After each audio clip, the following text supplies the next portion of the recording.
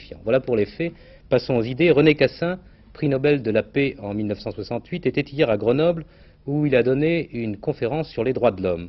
Soïc Lebert lui a demandé s'il éprouvait un sentiment particulier à l'égard de Grenoble, qui fut l'une des premières à défendre cette théorie. Eh bien, je vous dirais que Grenoble, pour tout Français qui connaît un peu d'histoire, évoque une ville où on a montré des idées de liberté, les États de Visil, quelquefois de fronde au pouvoir central.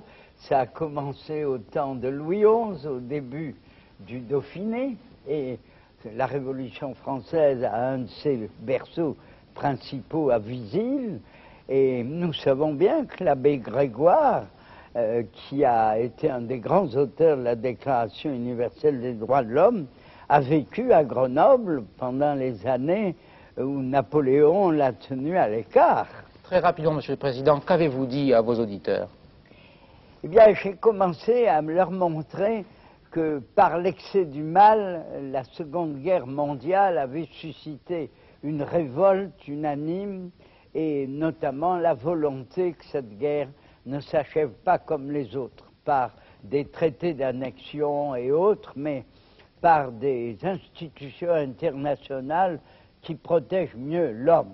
Depuis que vous luttez pour ce droit de l'homme, est-ce que vous avez noté une amélioration, Monsieur le Président? Contrairement à ce qu'on croit, oui. Il est certain que les violations des droits de l'homme sont très nombreuses, même dans les pays les plus civilisés. Il faut dire que maintenant, avec la télévision, avec la presse, il y a tout de même pour les victimes un moyen de se faire entendre.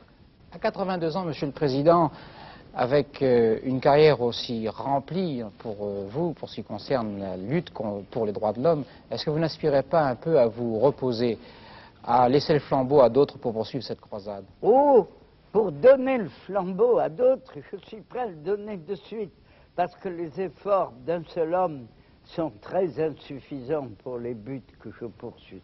Mais pour me reposer, c'est tout autre chose. À l'heure actuelle, j'ai deux grands buts. Le premier, c'est d'obtenir que mon pays ratifie les conventions des droits de l'homme pour lesquelles on m'a envoyé en avant, je ne dis pas me faire tuer, puisque je suis bien vivant, mais enfin, propager des bonnes doctrines. Et la récompense de ma vie serait que mon pays ratifie ce que j'ai fait en son nom. Et puis, j'ai l'Institut des droits de l'homme que j'ai fondé à Strasbourg avec le montant, ou le principal du montant du prix Nobel, et cette tâche-là, qui est nouvelle, puisqu'elle ne remonte qu'à un an, je ne pense pas la terminer de sitôt. Mais enfin, si j'ai quelques loisirs par l'abandon de fonctions officielles ou de voyages, eh bien je les consacrerai à écrire un peu ce que j'ai vu, et notamment les étapes de la guerre telles que je les ai vues. Je parle de la Deuxième Guerre mondiale quand j'étais à Londres avec les Français libres.